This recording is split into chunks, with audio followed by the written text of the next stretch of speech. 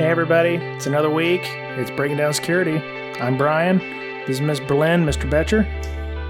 What up? Hello. Hello. Take two. But you didn't hear my cool opening that I had on the other side. Tell them take two. Look, no, it's they weren't here for that. It's a behind the curtain kind of thing. You got to have that kind of right. stuff. It keeps it real, you know. So, yeah, I hit the X button when I was recording with Audacity, and that stops recording apparently. So.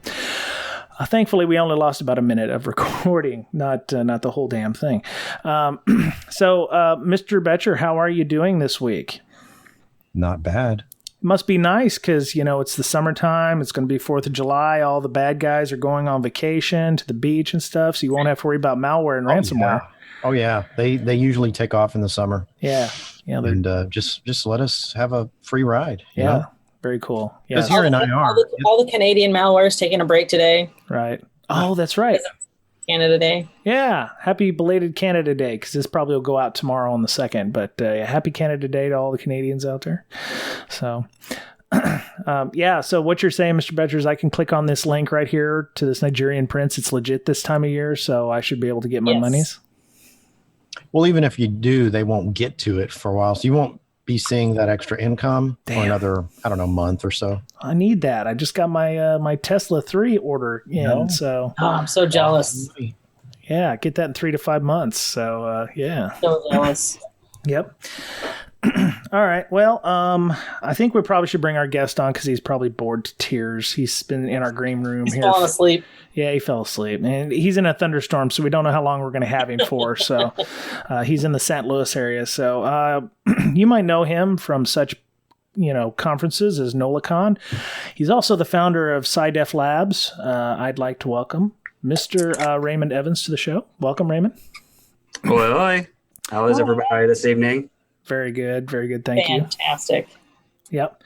So before we get to our topic, I don't know if you would like to, but we have, we like to ask new guests who've never been on the show about their background, and wanted to find out how you got your start and how you're the founder of CyDefe Labs. So you run your own company. How does that work, and how did you get to that point? So in St. Louis, we ran a competition called Hack the Arch.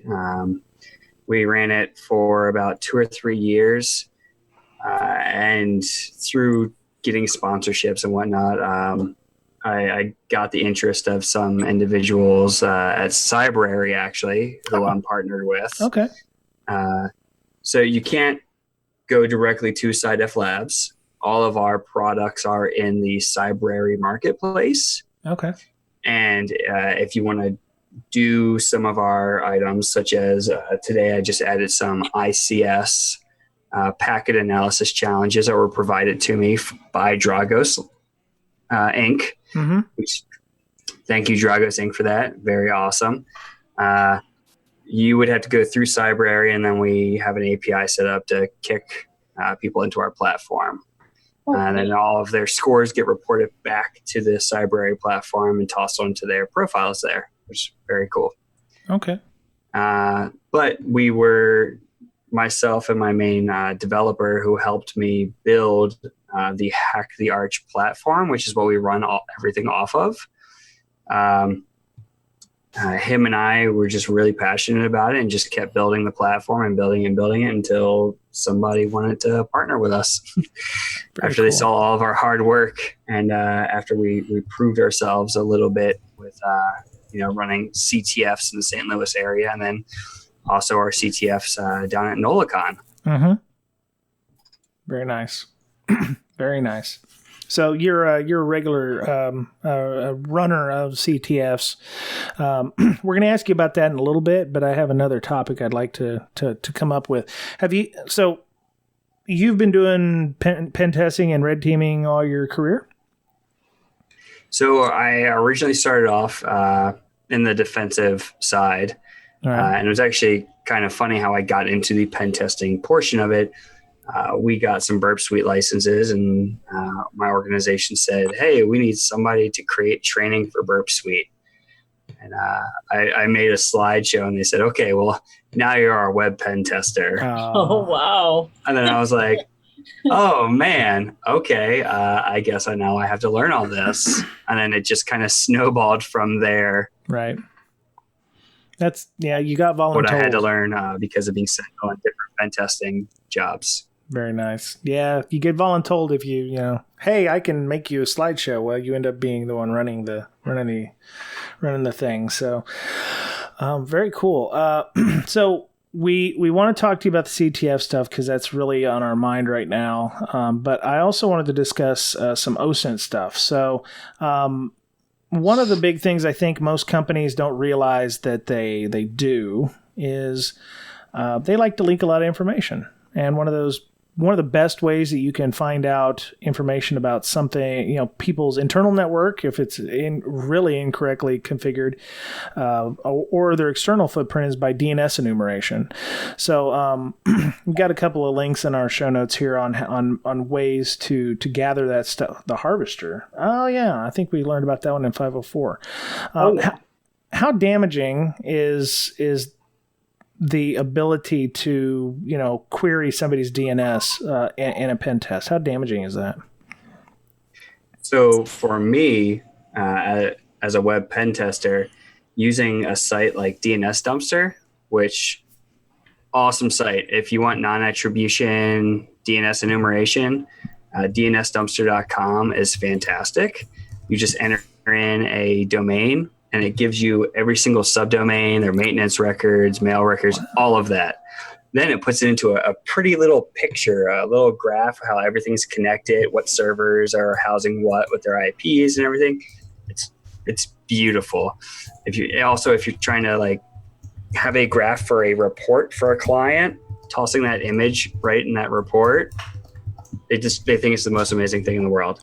But using a tool like DNS Dumpster, that gives me more avenues of attack. Individuals will forget about subdomains that they have. And so they'll say, hey,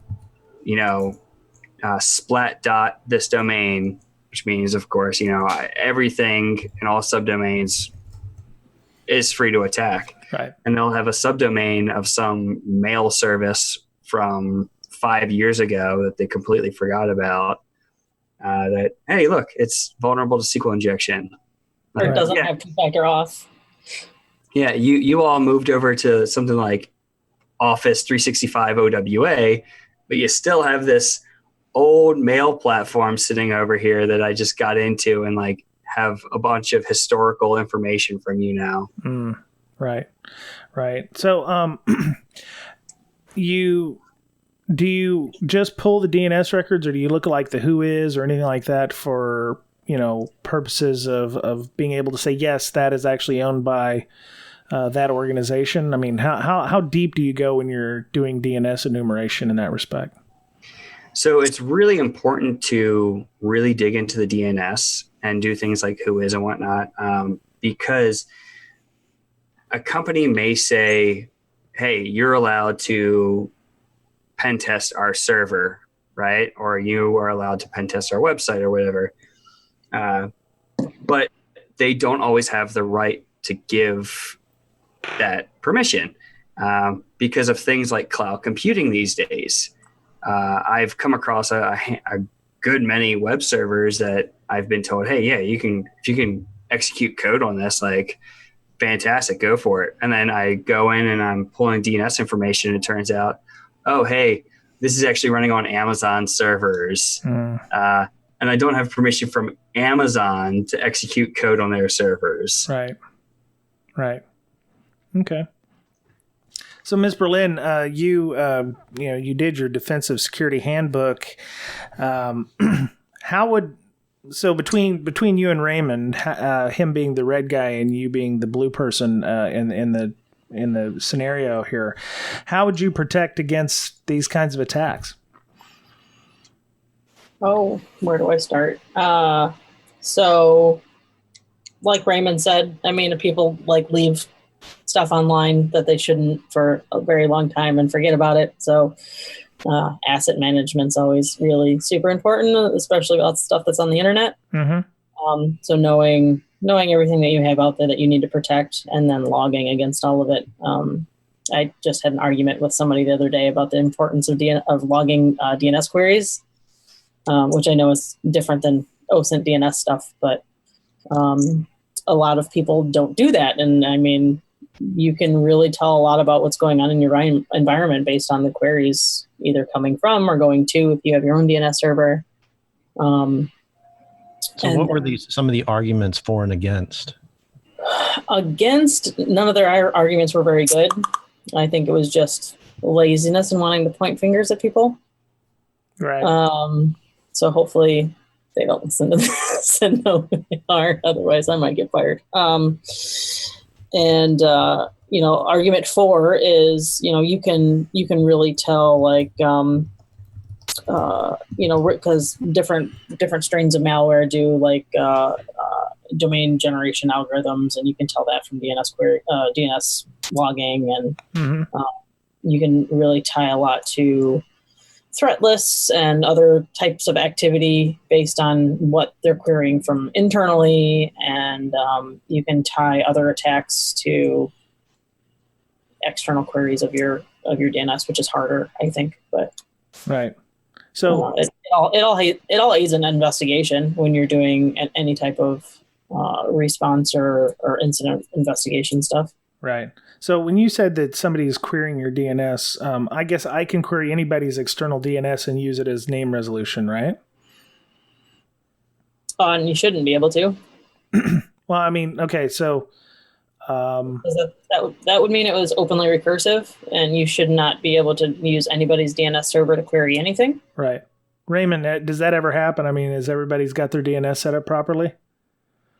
Just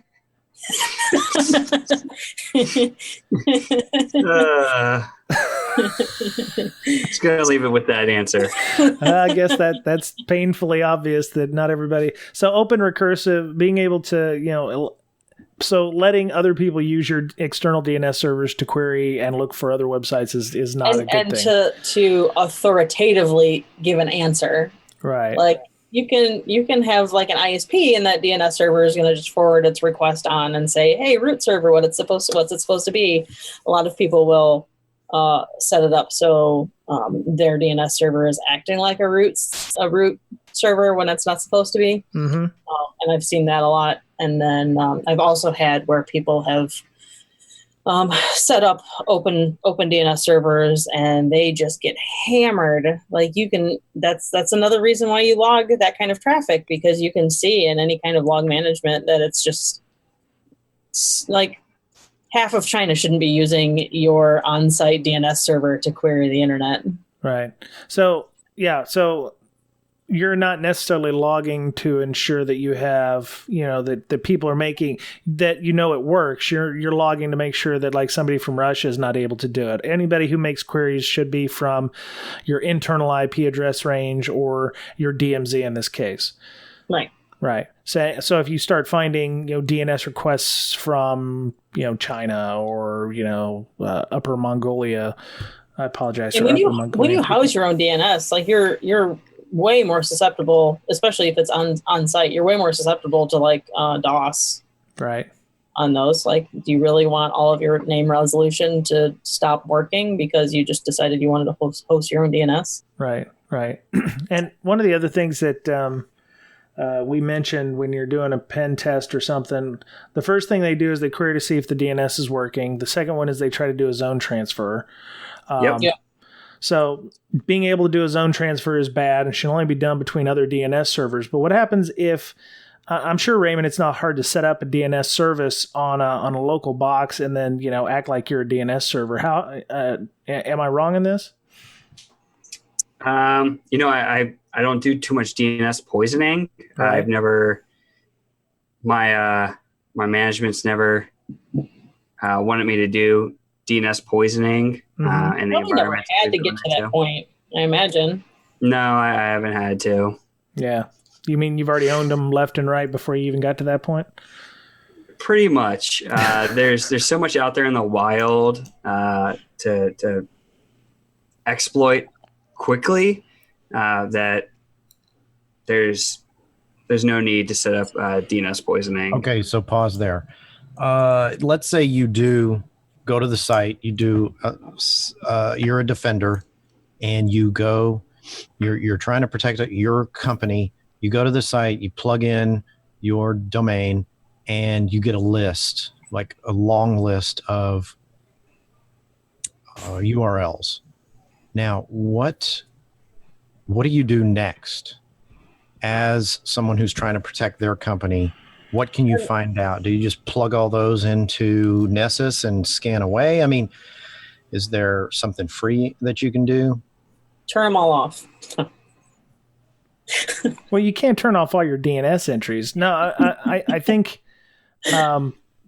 you have to enumerate those, right? You do have to run some kind of scans to see if they still exist. I'm assuming that's where Mr. Betcher's trying to go with this. But I mean, they may exist, but you want to try and find out what others can find out. Right. So you may know a secret URL that maybe your client uses, and it's pretty secure, right? You may know about it, but maybe there's something that you don't know about. Right. I really like everything on DNS Dumpster. Like it lets you get the HTTP headers. It'll tell you what the website's made from, at least what like the web server is that it's running on. Right. Like, because I ran it against our companies, and like it'll tell you what sites have two-factor auth if it goes directly to Duo.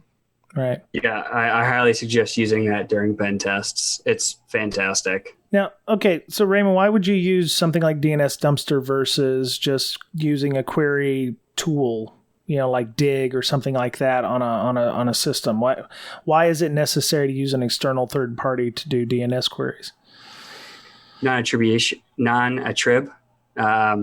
So if an organization knows I'm coming in to do a pen test, and they're watching for weird things, I can use DNS Dumpster to completely avoid them seeing me. Okay. So it's much like Shodan or whatever, that it's going to go ahead and do the scanning for you versus you doing it yourself and being caught potentially. Yep. And, it'll prevent them from blocking any IP address that I may be coming from. Okay. Especially if the organization wants me to come from like a certain area of a network, say they want me to sit internal or something like that. Like, hey, what can we see happens if, you set up internally as like a rogue device or something like that. Right. I want to prevent them from seeing me as much as possible. Right. Okay. So I have one other question before we move on, unless somebody else has other issues. So in Europe, there's this little thing that most people may have heard of called GDPR, and there was some issue with who-is records inside of DNS records for domain registrars and stuff, and they're starting to censor those or mask them or anonymize them so that information can't be shared. Is that going to make your job doing OSINT for DNS a lot more difficult in the future, or is it still going to be easy enough for you to you go into an engagement, you already know what the IP range is, so you should have some idea as to who that is. But is that going to make your job any more difficult or any less difficult? It all depends on the engagement that I go into. A white box or a gray box versus a black box engagement. With a gray or white box, it's not going to make it any more difficult. But with a black box and them anonymizing everything, I could see some extra level of difficulty from there for me. Yeah.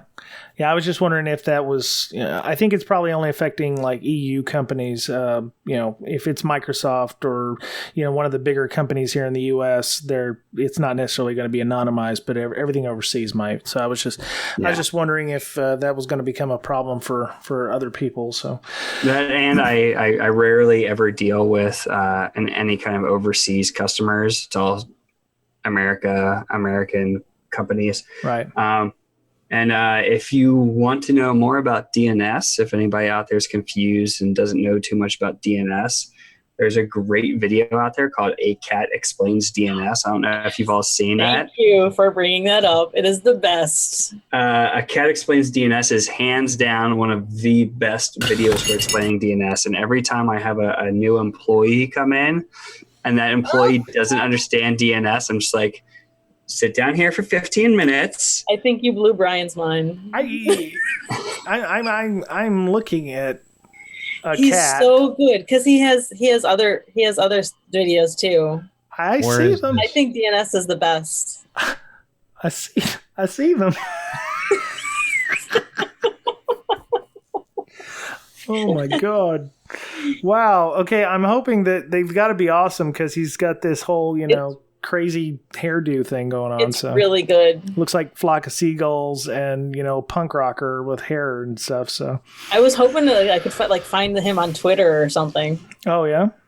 Yeah, I couldn't find him though. He does live YouTube streams. Okay. Every once in a while, and he fields questions while he's like doing his cat makeup and everything. Yeah. And he's super responsive. He's really cool to chat with. Yeah. Because you'll just sit in the chat room and just type away at him, and he'll just literally, like, every single person talking to him, just respond to everybody. Wow. Real awesome guy. That's pretty awesome.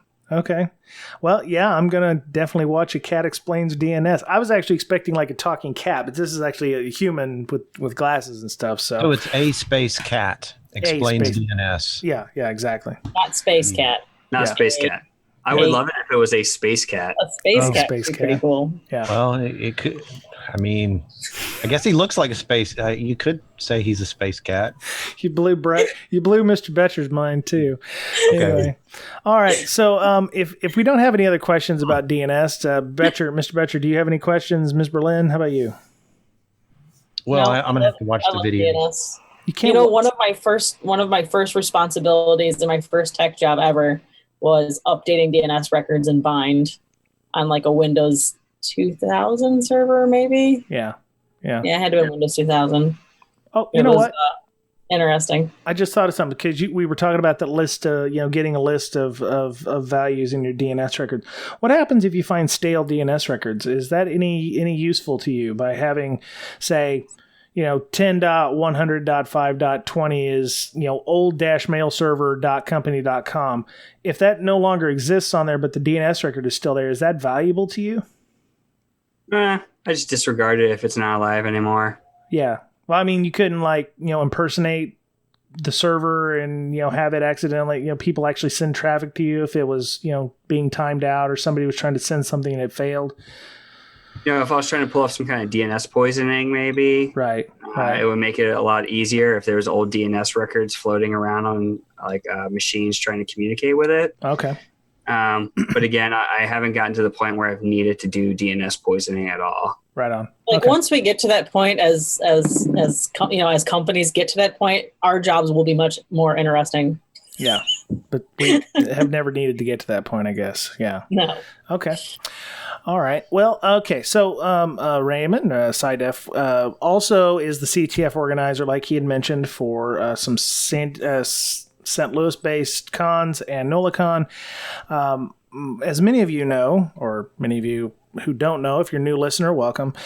We do a DerbyCon CTF. Not the DerbyCon CTF, but we do one for a DerbyCon ticket. So to get a free ticket to DerbyCon, you have to solve our challenges, and you can win a free ticket, which is a $175 value, but they've been sold. Commodity. I know they've been sold out for months now. They 0.4 seconds or whatever, and I managed to grab a handful during the F5ing of the server. So it was maddening. I didn't get one at first, but someone else was my backup, so they got me one. When your internet is on I carrier like 4 pigeon, things, so I'm hoping I don't have to use a ticket. Right. Well, Betcher's internet's on carrier pigeon, so he has a lot of latency and a lot of lag. And it's not fair. It's not fair. Oh. You know what I'm saying? Where's my small violin? Wee, wee, wee, wee, wee. Oh, there it is. All 3 of us. Man. For those of us using dial-up. Come on. This is the world's smallest symphony orchestra. Yeah, anyway, so we're doing ours. It will be out very soon. We actually just had a meeting that Mr. Betcher and Miss Berlin didn't come to before this podcast that we're recording to talk about that. We're setting up the infrastructure now, but I just wanted to discuss maybe some pitfalls with Raymond. Maybe talk about how he sets his is up so that we know Give us all the answers for the next one. Yeah. What not to do. He's coming to DerbyCon too. So if you come to DerbyCon, you got a ticket, seek him out. He's a cool dude. So so we've got five bullets here. It says CTF setup and challenges of setting up a CTF, which is exactly where we're at right now. So what are some of the challenges that you have with setting them up and how do you set them up? I mean, you must set them up the same way every time. That way it would make it easier for you. Okay, so one of the challenges of setting up a CTF, know your audience. Uh-oh. I've seen a good many CTFs get set up by larger corporations. Not going to drop any names, but they would roll out to conferences with their CTF, and they would make their challenges so complex that only 2 or 3 challenges out of 50 or 60 could get solved. So number one challenge of setting up a CTF is know your audience, period. Right. If you're going to an InfoSec conference, you have to look at the level of people coming to that InfoSec conference. Is it DEF CON, where you have all these elite dudes coming there? Or is it a brand new B-sides in a town that literally has like 4 InfoSec people? Right. Yeah, and all the people that are coming out to the B-sides event are going to be college students and high school students, know your audience. Right. Okay. I think a lot of people are really intimidated by CTFs in general. And like I never, like the first conference that I ever went to was second DerbyCon, and I participated in, they had a Derby Cake CTF that Mubix ran. Okay. And it was a lot of beginner stuff, but I really appreciated it because at the time I really didn't know a whole lot. Right. And that was separate from the main CTF, which was much harder.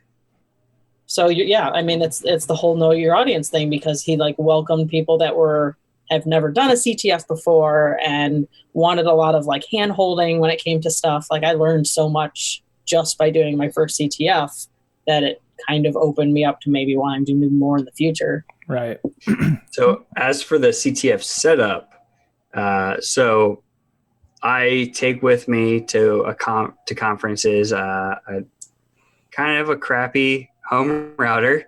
Mm-hmm. I just got a Cisco router for free from a buddy of mine who works at Cisco, and I got a Cisco switch from him. So that's going to make the network a little bit less congested this next year in nolacon. And also B-side St. Louis. I'm running the CTF at B-side St. Louis. Right on. And then I have a crappy server blade, that I literally carry this giant server blade around with me when I go to CTFs. And it's really funny. I have a photo of me going through the streets of New Orleans with this giant server blade, and my buddy's just laughing his butt off at me. And all these people around me are looking at me like, what is that? So I don't... You need it on a chain. Yeah, there you go. So I don't do any cloud hosting for my CTFs. I bring all the hardware and host everything locally. Yeah. Sometimes this can be good. Sometimes it can be bad. I've seen where people have wanted to play remotely. nolacon this past year, there was a lot of people that wanted to play remotely. Mm-hmm. So I might set up some kind of VPN tunnel into nolacon next year, so people who aren't at nolacon can VPN in and play. But yeah, that's how I set up my CTF. I use lots of Docker containers as well. Okay. Docker can be your best friend for CTFs. They can be your best friend because they're tiny. Right. So if you want a very robust network and you don't want to use up a lot of space on a server or something, Docker can keep that very, very small for you. Also, Alpine Linux is very nice for very small container as well. Right. And Docker has a great thing that you can do with them called health scripts. I'll send you a sample of what a health script looks like. Okay. But basically, you tell the health script to keep checking port 80 for the web page, right?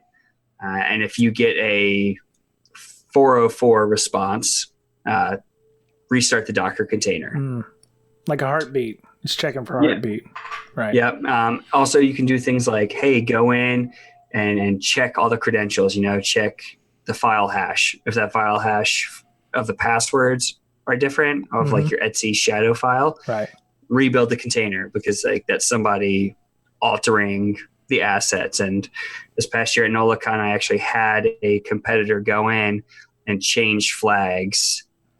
Wow. And people raise their hand. They're like, hey, I'm entering this. This is what the flag.txt says, and it's not working. And I knew exactly who it was. Right. I walked over to him. I said, knock it off. Because if you do that again, I'm kicking you out. So he is the Kobayashi Maru. He was trying to burn it down after he got the flag. Yeah. But I didn't have a health script set up to check the flag.txt. Right. Because nolacon's full of really awesome people, and I didn't think anybody was going to go ahead and change the flags on us. There's always one jackass. Always that one person. Right. Right. And when you're going to set up your CTF, not only I said knowing your audience before, one part of knowing your audience is what kind of CTF do you want to run? Right. So you have the traditional Jeopardy style CTF where you have a whole bunch of categories, and people go through the different categories and answer a whole bunch of different questions. And then you have a castle v castle style CTF that you can do, where you have two teams of people and they compete against each other. Okay. So you can literally split the room in half, and you say, hey, this half of the room, this is your castle. This half of the room, this is your castle. Right. You have to defend your castle, and you put tokens into like an Apache web server serving up a web page with a token in it. You have a score bot go out and query that web page, right? And for every half hour that web page has that token, that team earns points. Right. So then that's Castle v Castle, where your two teams are fighting. And then you have King of the Hill, which is like a Castle v Castle, except it's free for all. Right. And then you also have just a traditional pen testing CTF, where you just have you just have a network, and you say, go break into it, right. Find the flags as you travel through it.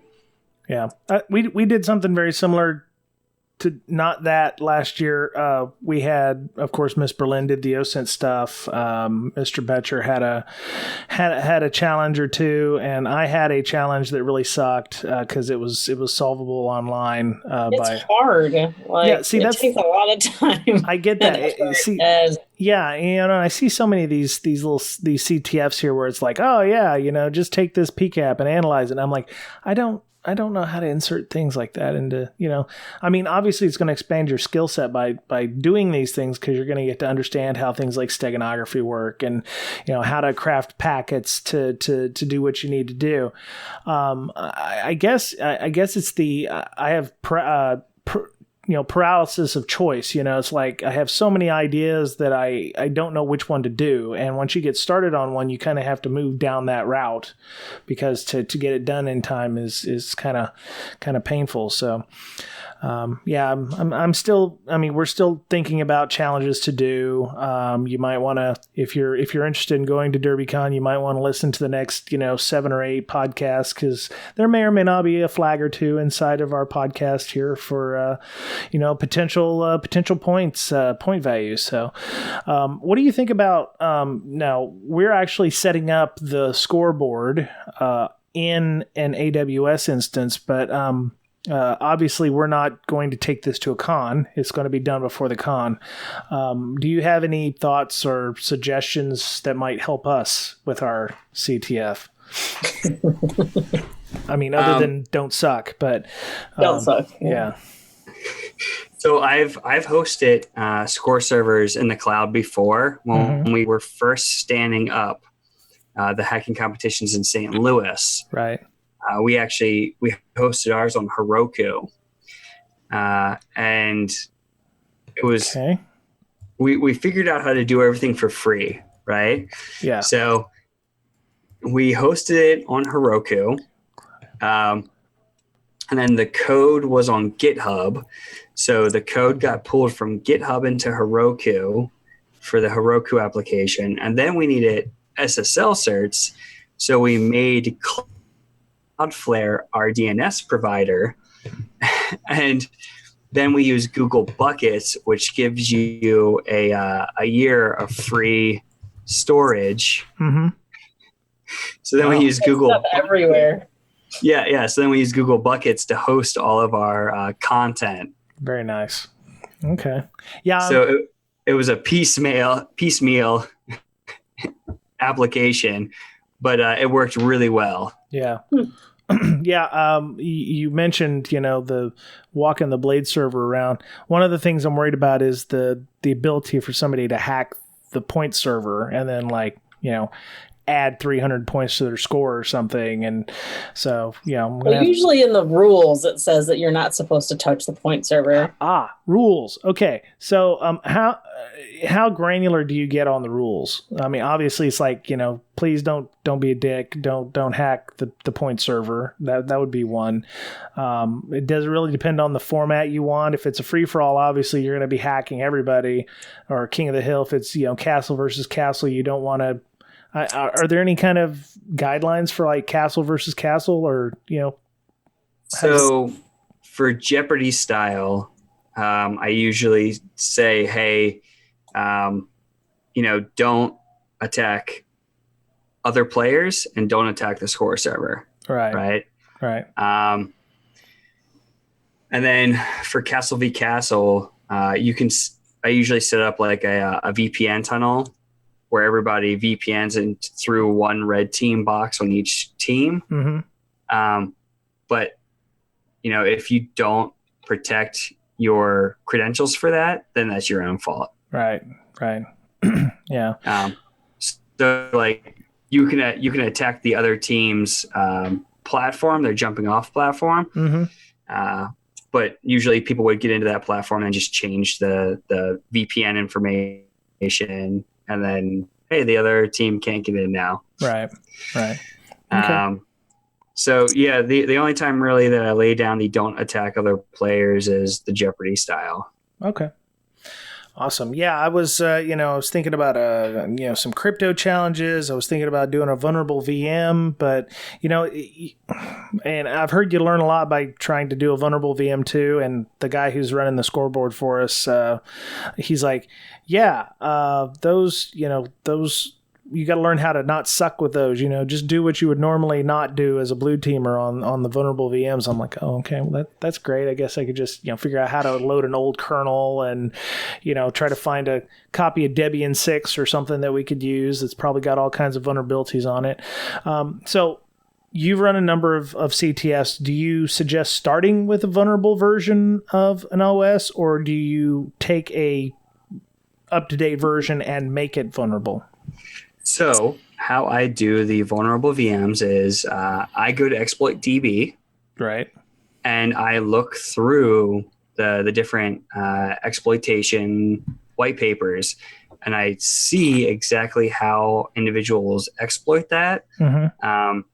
So say, hey, this Apache web server, if you change this one variable in a config file, it's vulnerable to this, Okay. So then I highly suggest using exploit DB to figure out what kind of vulnerable VM you want to make. Right. Okay. Sounds great. Just change everything from the defaults. Just change it to the opposite of what it came as, and maybe it'll be less secure. Yeah. Because a lot of those exploits on exploit DB have an explanation as to why the application is vulnerable. Mm-hmm. So then you just go through and you just set that application up with those exact variables needed for it to be vulnerable. Right. So it doesn't always have to be an OS vulnerability. It can be an application vulnerability. Right.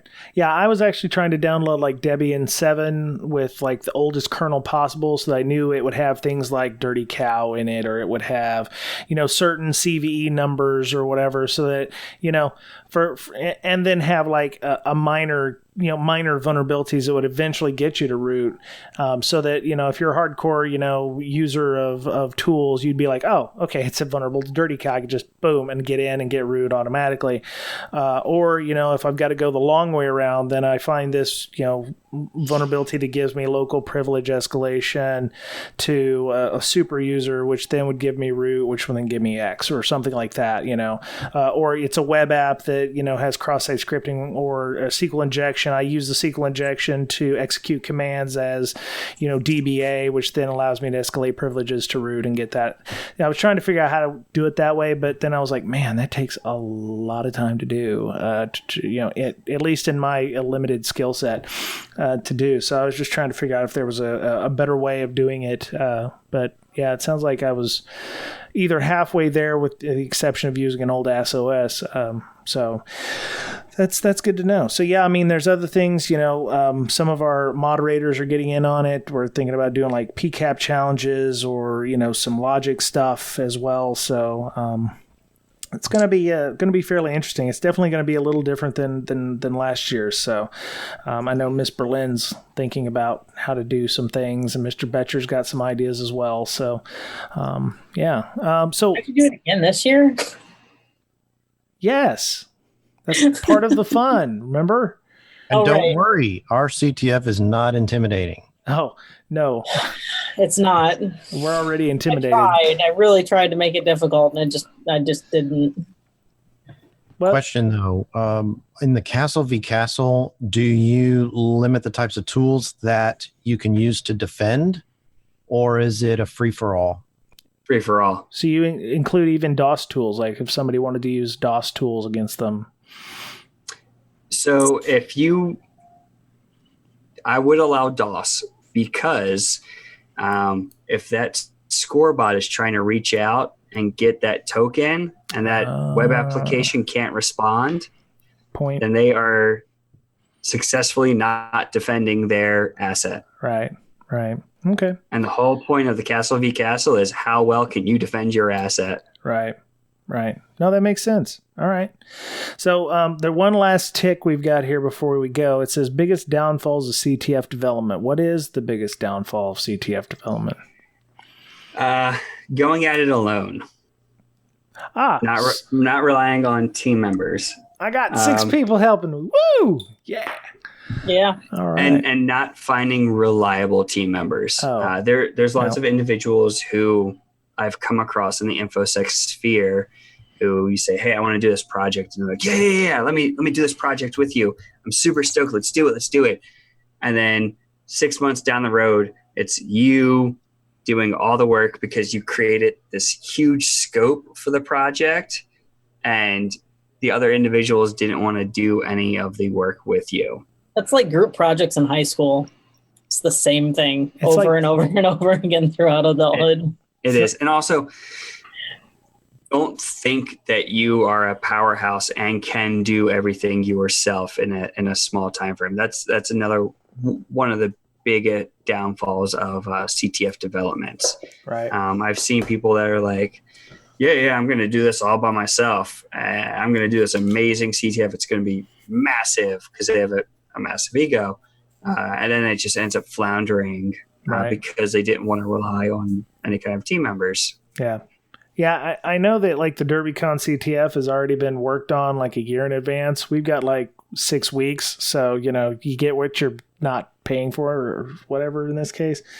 We were just trying to do something quick and dirty. So we're hoping that it's enjoyable by the people who are doing it, and actually, get some fun out of it. Does it, Mr. Betcher, Ms. Berlin, do you have any other questions for Raymond before we go? Nope. Not that I can think of. Could we maybe pick your brain before we do these things? Maybe just ask questions because, it would be helpful. I know we don't have much to pay you. We have some M&Ms and stuff we could pay you at Derby, but Amanda has a hard line to me, so like she could just like. Yeah, she has a big red phone that she just picks up. Like pick up the red phone, yeah. Yeah, and the big red phone comes like right to my office. Very nice. Okay. We may just want to pick your brain for like, suggestions or, things, but I mean, we appreciate you, volunteering your assistance to us, for how much ever it is. You can, just for that, you can come sit at our table with us and babysit us. That's what I like to do. Yeah, I'll bring whiskey and just sit at your table. Oh, yes. Hassle people as they come by. Like, this was my payment. That's right. all we're doing. You bring the whiskey, I'll bring the Coca-Cola, and then we'll be great. So. Oh yeah. I'll bring the ice. There you go. All right. So, Raymond, if people wanted to, get a hold of you for potential CTF events, I'm sure you will travel to them. If you wanted to do like a CTF, how would they go about getting a hold of you to do that? They can contact me on Twitter at CyDefe. And I also have a contact form on my website, CyDefe.com. Okay. Or CyDefe, as some people like to call me, So you have that problem. We have a problem with people telling us we've spelled breaking wrong. Yeah. So I did the CyDefe thing earlier, so that was. So feel free to reach out to me on Twitter or on my contact form on my website. Right on. Excellent. Thank you, sir. Ms. Berlin, you going to be speaking anywhere in the near future? thank God. You're done. You're done for the year. My June was a disaster, so I'm done. Oh, yes, I'm speaking at Diana Initiative at DEF CON. Oh, sweet. Awesome. Yeah, and probably maybe DerbyCon. I don't know. So yeah, probably. Maybe DerbyCon. What do you mean? Oh, maybe. Did you submit a CFP? Talks to DerbyCon and a workshop. Oh, yeah. That ended. As of July 1st, we've got another 3 hours, and then it'll be over with. So 2 hours. So it's already over. If you're listening to this by now. So we have an hour and 20 minutes. Oh, okay. Yeah. So you got an hour and 20 minutes. So sorry, you're too late. Mr. Betcher, if people wanted to discuss, things that you like to do, like LogMD or whatever, how would they go about finding you and doing that? Well, if you want to meet me in person, I will be at DerbyCon. I'll be at DEF CON, B-Sides Las Vegas, maybe Black Hat if I can score some tickets. And you didn't tell me you were going to Vegas. With the peeps. Excuse me? You didn't tell me you were going to Vegas. What's up with that? Yeah, I definitely going there, provided some tragedy doesn't happen and the plane goes down or whatever. But I rented my scooter for DEF CON. All right, little rascal scooter, zoom. Oh yeah. Yeah. Now the B-Sides bus is really awesome. That was a great idea. I rode that a lot. Okay. From con to con, right? Wow. Yep. Well, I got a question. So you said the flags inside the next 7 or 8. You don't mean that literally, right? Episode? What? Oh, yeah. Well, there may or may not be flags in the upcoming podcasts. So, literally in them? In them? Maybe. On them? Yeah. On them, in them? Yes. We might speak in code. Yes. Yeah. Just like that. Yeah.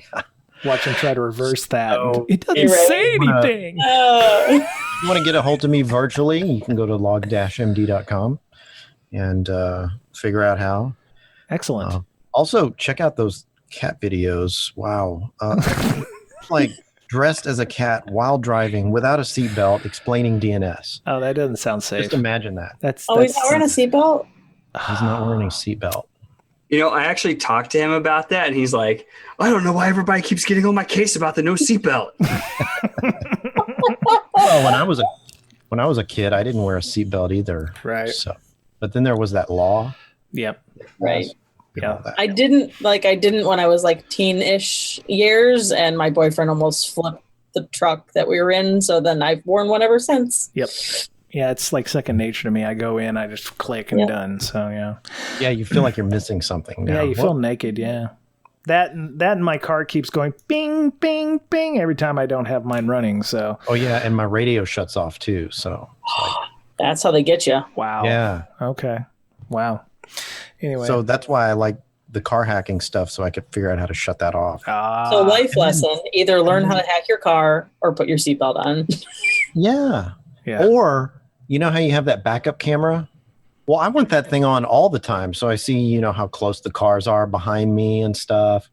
You just want to turn it on all the time? I'll tell you something. Why can't I turn that on all the time? In my car, if you just shift it into reverse, it will come on when it's on. When I'm driving down the highway. Wait, what? My stick shift in my car is not really a stick shift. It's just an electronic, thing. And I have shifted accidentally into reverse when I'm driving down the highway. And only thing that happens is the backup camera comes on. Because we don't recommend this officially. Please don't try that at home or while you're driving. But yeah, that has, throwing your 87 something into reverse on the highway. You've got to be going slow enough for the electronic transmission to put it in reverse. Otherwise it won't.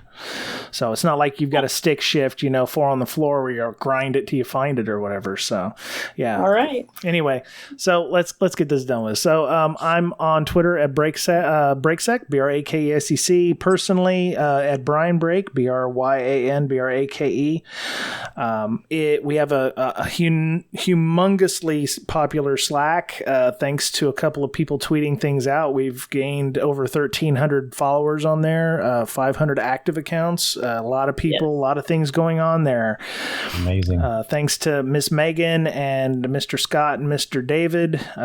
They all run different facets of our Slack. They're moderators. Mr. David's running our book club and our summer book club with American Kingpin, which is a book that we're reading. Basically, you read the book in the month, and then the fourth Tuesday of every month, we go over it and review the book. So we're doing that for the next 3 months, different book every month. We also are doing Practical Packet Analysis 3rd edition, Chris Sanders' book. Really great book, and I think we're doing it every 2 weeks. So if you want to join that, you can do that for a technical book discussion. CTF Club's coming back online. We had a meeting a couple weeks ago to go over the Hack the Box stuff. Talking to some of the moderators on Hack the Box to see about getting access to private Hack the Box instances, which is great. Oh, sweet. Yeah, I know, right? So like a retired box would necessarily not go retired for us, which we may or may not pay a premium for. I'm not sure. We'll figure that out in a little bit. But please hit us up if you're interested in any of the things we're doing on Slack. We have a ton of channels, job board.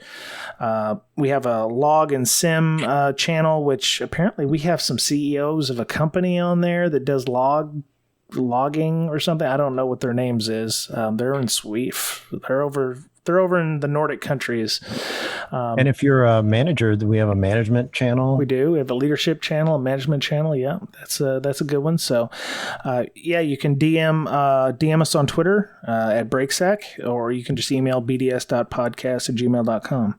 So, before we go, I want to thank Elliot, who upped his Patreon donation, which is very helpful because it's going to pay for some of the swag that we've got going to DerbyCon. If you're a patron of our podcast, please let me know or send me your address on Slack or something, and we can mail you some of the stickers that we got that are limited edition for that. So I'm gonna have to mail some out this week to some people. One in Newfoundland, in Canada, way out there. Yeah. So, if you're a patron, thank you for helping us out with that. We appreciate it. And, let me know and we'll send you some stickers. So, we're on Apple, iTunes, podcast, Google Play Store, Spotify, TuneIn Radio, iHeartRadio. There's no place you can't find us. So tell a friend, let them know, especially if they're interested in InfoSec or want to get into InfoSec. So, that was it. I'm Brian. Ms. Berlin, Mr. Betcher, thank you. Raymond, thank you for joining us again. You're always welcome to come back and talk about anything offensive related. We love talking about them red team things, I can tell you. So I've been told I'm pretty offensive before. You offend me, sir. No, I'm just kidding. That's why we got along so well. Aw. That's nice. Y5. Anyway, yeah. So, yeah, please feel free to come back if you've got any topics you'd like to discuss. I would love to talk more about, pen testing, lateral movement, stuff like that. So if you've got any ideas, please hit us up. Most definitely. Right on. All right, that's it for Breaking Down Security. Have a great week, everyone. Be nice to one another, please. And we will talk to you again soon. Bye.